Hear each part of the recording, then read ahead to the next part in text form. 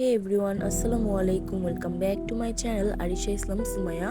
আজকে আমি আপনাদের সঙ্গে শেয়ার করছি মজাদার গরুর মাংস রান্না করার রেসিপি। প্রথমে আমি এখানে 1 কেজি গরুর মাংস কেটে ধুয়ে নিয়েছি। দেন হচ্ছে এর মধ্যে আমি 5টা পেঁয়াজ কুচি কুচি করে কেটে দিয়ে দিয়েছি।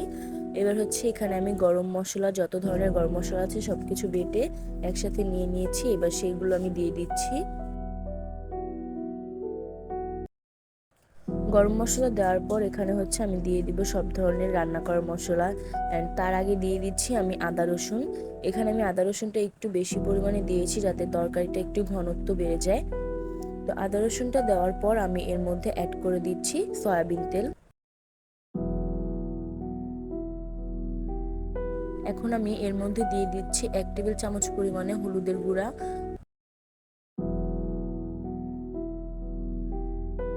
এরপর হচ্ছে এখন আমি এর মধ্যে দিয়ে দিচ্ছি মরিচের গুঁড়া। মরিচের গুঁড়াটা আমরা একটু বেশি পরিমাণে দিয়েছি, 1.5 টেবিল চামচের মতো হবে, কারণ আমরা হচ্ছে তরকারিতে ঝাল খেতে পছন্দ করি। এরপর হচ্ছে দিয়ে দিচ্ছি আমরা স্বাদ মতো লবণ। তো সব মশলা দিয়ে দেওয়া হয়ে গেলে এবার আমি এর মধ্যে 2টা তেজপাতা দিয়ে দিচ্ছি। দেন হচ্ছে ভালোভাবে সবকিছু মিক্স করে নিচ্ছি।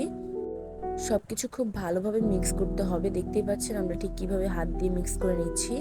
খুব ভালোভাবে গরুর মাংসগুলোর সাথে মশলাগুলোকে মিক্স করে দিচ্ছি, এতে করে মাংসের গায়ে মশলাগুলো লেগে থাকবে। এখন মাংসগুলোকে চুলার মধ্যে বসিয়ে ভালো মতো কষিয়ে নিচ্ছি। তো কিছুক্ষণ পর কিন্তু দেখতে পারবেন এর মধ্যে পানি ছাড়ছে। এখন কিন্তু অনেকখানি পানি ছেড়েছে। এবার হচ্ছে মাংসগুলো সিদ্ধ হবে। এখন একটু ভালো মতো নেড়েচেড়ে নিচ্ছি। দেন হচ্ছে এর মধ্যে আমি দিয়ে দিচ্ছি পানি। এখানে আমি হচ্ছে 2 মগ পানি দিয়েছিলাম। একটু বড় সাইজের যে জগ টাইপের মগগুলো থাকে সেগুলো দিয়ে দিয়েছিলাম।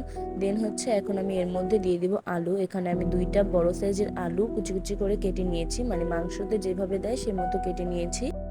তারপর হচ্ছে আলুগুলো দিয়ে দিচ্ছি। আলুগুলো দিয়ে আমি এখানে আবারও হাফ কাপের মতো পানি অ্যাড করেছিলাম যাতে আলুগুলো ভালো মতো সিদ্ধ হয়ে যায় অ্যান্ড ঝোল থাকে পারফেক্টভাবে।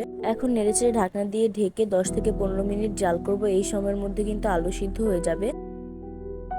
তো দেখতেই পাচ্ছেন 10 থেকে 15 মিনিট পর কিন্তু পারফেক্টভাবে রান্না করা হয়ে গিয়েছে। আমি সার্ভ করে দেখিয়ে দিচ্ছি।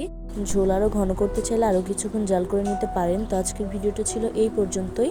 দেখা হবে পরবর্তী কোনো নতুন ভিডিওতে। ততক্ষণ পর্যন্ত ভালো থাকবেন। আল্লাহ হাফেজ।